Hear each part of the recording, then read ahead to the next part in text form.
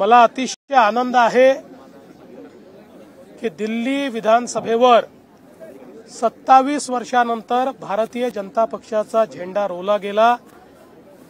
दिल्लीच्या तमाम कार्यकर्त्यांचं आणि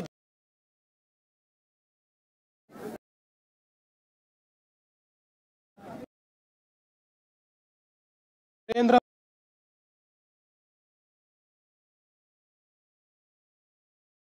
आम आदमी पार्टीचे नेते केजरीवाल यांचा बुरखा फाटलेला आहे। सातत्याने खोटी आश्वासनं देऊन आणि लोकांना त्या ठिकाणी भटकवत ज्या प्रकारे त्यांनी राज्य केलं त्या परंपरेत आज अंत झालेला आहे आणि खोटं राजकारण चालणार नाही हे दिल्लीच्या जनतेने दाखवून दिलेलं आहे। मला विश्वास आहे दिल्लीची जनता खरं म्हणजे लोकसभेत मोदीजींवरच विश्वास दाखवायची, पण विधानसभेमध्ये मात्र त्या ठिकाणी कुठेतरी आमची पिछेहाट झालेली आम्ही बघितली। मात्र आता एक प्रचंड मोठा विजय हा दिल्लीच्या जनतेने दिलेला आणि निश्चितपणे हे विकासाला दिलेलं मत आहे, मोदीजींवरच्या विश्वासाला दिलेलं मत आणि भारतीय जनता पार्टीचं सरकार हे दिल्लीमध्ये लोकांच्या आशा आकांक्षा आणि अपेक्षा निश्चितपणे पूर्ण करेल। आज मैं दिल्ली की जनता का और दिल्ली के भारतीय जनता पार्टी के तमाम कार्यकर्ताओं बहुत अभिनंदन करना चाहता हूं, उनको बहुत बधाई देना चाहता हूं कि उन्होंने इस की पर लहराया। ये विश्वास देश माननीय नरेंद्र मोदी जी के ऊपर है, ये उनके कार्य के ऊपर है।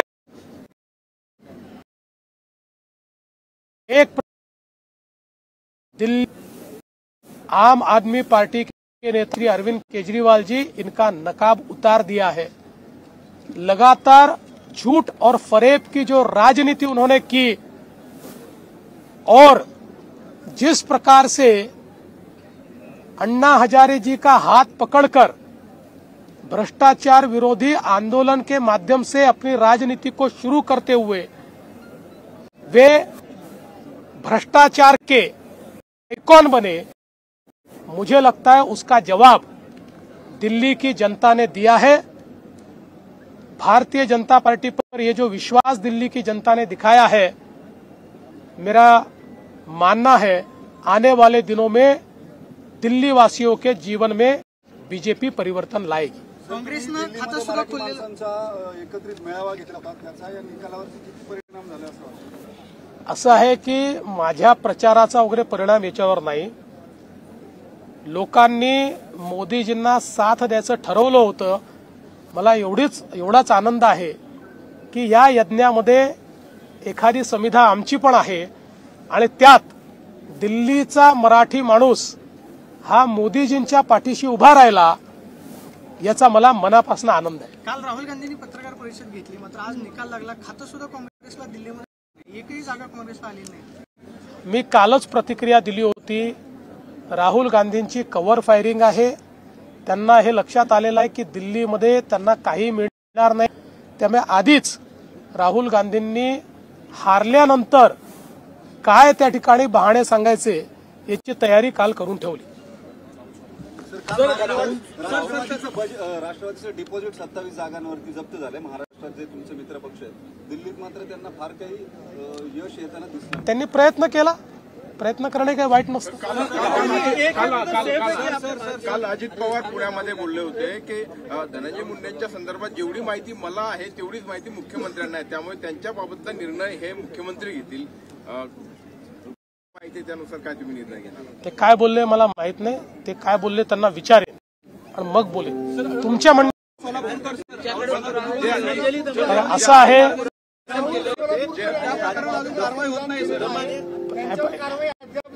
असं आहे की पहिल्यांदा तर एक गोष्ट सगळ्यांनी लक्षात ठेवली पाहिजे की छत्रपती शिवरायांच्या इतिहासावर बोलत असताना भावनेचा विचार करूनच आपण बोललं पाहिजे. त्यामुळे लोकांची भावना दुखावेल अशा प्रकारच्या इतिहासाचं वर्णन किंवा इतिहासाचं विकृतीकरण हे कोणाच्याच हाताने होऊ नये. या संदर्भात त्यांनी माफी देखील मागितलेली आहे आणि त्या संदर्भात जी काही योग्य कारवाई आहे ती कारवाई होईल.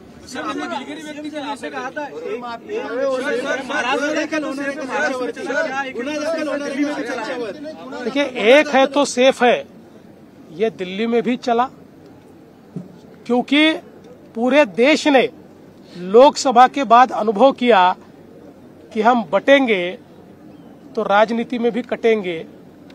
इसलिए एक है तो सेफ है का नारा ये पूरे देश ने स्वीकारा और मोदी जी के इस नारे पर पूरा देश एक हुआ और पूरे देश ने हरियाणा में, महाराष्ट्र में, अब दिल्ली में और इसके बाद आने वाले राज्यों में भी यही आपको दिखाई पडेगा. काँग्रेसच्या मतविभाजनाचा फायदा झाला. लाडक्या बहिणींचा तुम्हाला खूप फायदा झाला.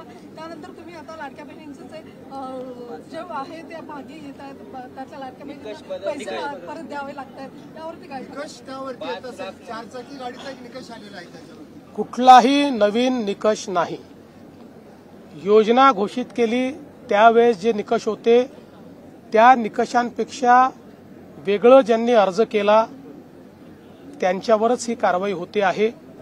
मला आनंद आहे की आमच्या काही लाडक्या बहिणींनी स्वतः निर्णय केला की आम्ही निकषाबाहेर गेलो आहोत आणि त्यामुळे आम्ही हे या ठिकाणी सोडतो आहोत. कोणाचेही पैसे आम्ही परत घेतले नाही, परत मागणार नाही. पण आम्हीही जनतेच्या पैशाचे आहोत. आम्हालाही महालेखाकाराला म्हणजे सीएजीला उत्तर द्यावं लागतं. त्यामुळे नियमाच्या बाहेर जर कोणाला फायदा पोचत असेल तर त्याच्यावर सीएजीचं ऑब्जेक्शन येणारच आहे आणि म्हणून जे नियमाच्या बाहेर फायदा घेत आहेत त्यांचा फायदा निश्चितपणे बंद होईल. त्याची सुरुवात आम्ही केली आहे. कुठलेही नवीन निकष नाहीत. चला.